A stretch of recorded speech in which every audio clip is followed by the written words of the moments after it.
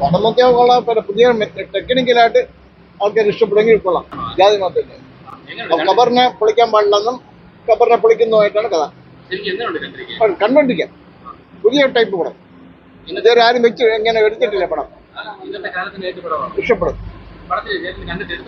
തിരക്കല്ല പടം. അത്രയേ ഉള്ളൂ. പോരാട്ടമാണ്. കാലഘട്ടത്തിനനുസരിച്ചിട്ടുള്ള പടമാണ്. ഈ വർത്തമാന കാലഘട്ടത്തിൽ ശരിക്കും ഈ ഫിലിം കണ്ടിരിക്കേണ്ടതാണ്. ഇന്നത്തെ നാട്ടിൽ നടക്കുന്ന ഒരു സംഭവം തന്നെ. തീർച്ചയായിട്ടും സമകാലിക വിഷയങ്ങൾ മുഴുവനും കോർത്തിണക്കി വിശ്വാസത്തിന് അവിശ്വാസത്തിലോട്ട് കൊണ്ടുപോകുന്ന ഒരുപറ്റം ജനങ്ങൾക്ക് ഒരു മെസ്സേജ് ആയിരിക്കും.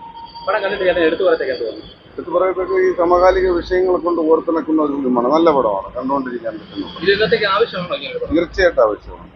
തീർച്ചയായിട്ടും ഞാൻ പറഞ്ഞല്ലോ, വിശ്വാസവും അവിശ്വാസവും യുക്തിയാണ് മെയിൻ. ഇതിന് ഒരു മനുഷ്യന് ചിന്തിക്കുന്നതിനപ്പുറത്തോട്ട് ഈ പടം കടന്നു കയറിയിട്ടുണ്ട്. ഇല്ല, തീർച്ചയായിട്ടും ഇല്ല. ജാതി ഭേദമന്യേ ഇവർ ശരിക്കും, അതാണ് ഞാൻ പറഞ്ഞത്, തുടക്കത്തിലേ പറഞ്ഞത്, വിശ്വാസത്തിന് അവിശ്വാസികളായി കുറച്ചുപേര് വിശ്വാസത്തിന് തറപ്പിക്കാൻ ശ്രമിക്കുമ്പോഴും ഒരു ജീവനെ എങ്ങനെ മേളിലോട്ട് കയറ്റിക്കൊണ്ടുവരാമെന്നുള്ള ഒരു ശ്രമമാണ് അവർ നടത്തിയിട്ടുള്ളത്.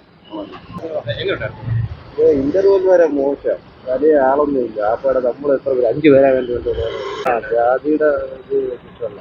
നടക്കുന്ന സംഭവം പോലെ സിനിമ കുഴപ്പമില്ല.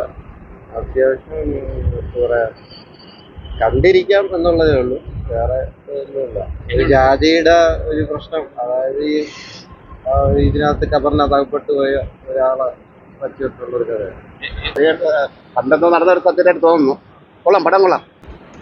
പടം കൊള്ളാം. പ്രൊമോട്ട് ചെയ്താൽ വിജയിക്കും. കൊള്ളാം, നല്ല അഭിനയം.